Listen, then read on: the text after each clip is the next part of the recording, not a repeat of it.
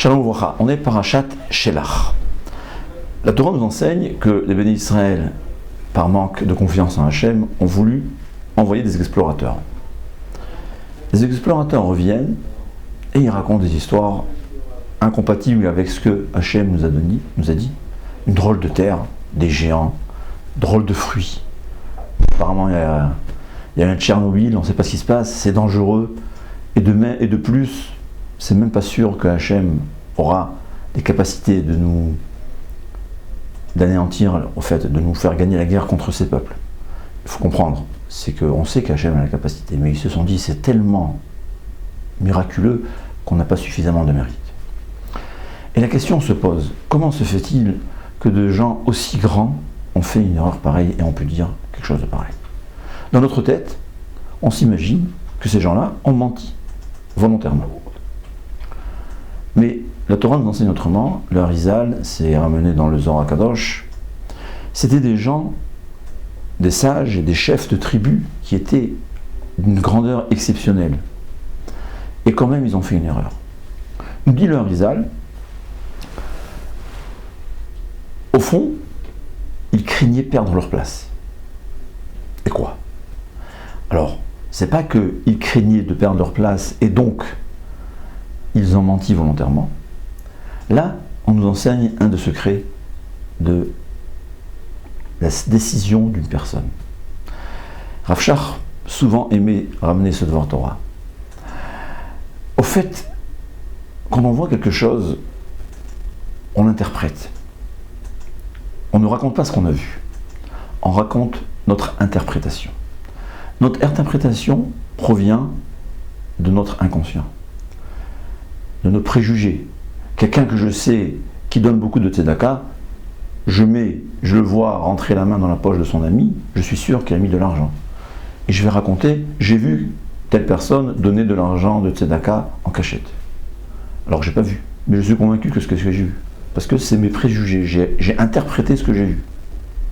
Et l'inverse, si c'est quelqu'un que je sais que c'est un voleur, je le vois faire entrer la main dans la poche de son ami, je vais dire, je l'ai vu voler. Et c'est la Torah qu'elle nous dit, par exemple, quand on a des témoignages, le tribunal va devoir vérifier qu'est-ce qu'il a vu et ce qui a été interprété. Un accident de voiture, vous avez 3 personnes qui l'ont vu, c'est 3 histoires différentes. Pourquoi? Parce que l'homme interprète les choses. Et c'est là, c'est ce que nos sages nous enseignent. On interprète selon ce qu'on est, selon ce qu'on veut dans l'inconscient. Ces sages-là, des chefs de tribu, avaient peur de monter en Eretz Israël. Pourquoi? Parce qu'ils craignaient perdre leur place.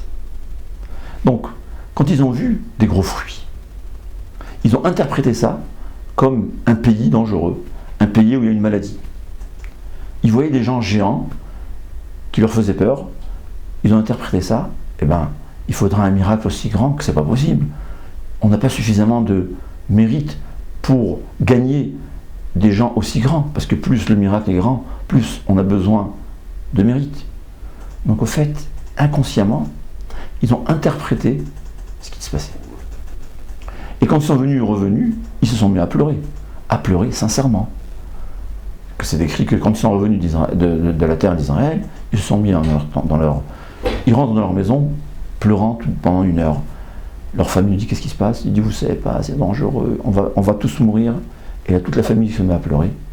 Ensuite, les voisins, et ensuite toute la tribu. Ils ont pleuré sincèrement. Ils étaient convaincus de ce qu'ils disaient. Ils avaient interprété ce qu'ils ont vu selon leur envie, selon leur inconscient. C'est toujours comme ça. On interprète ce qu'on voit, on n'arrive pas véritablement à juger. On juge, le poids des preuves dépend de notre volonté inconsciente. Mais la question se pose, comment se fait-il qu'on va les punir? Eux, ils ont raconté ce qu'ils étaient convaincus de voir. Ils ont dit, Eretz Ochelet Yoshvea.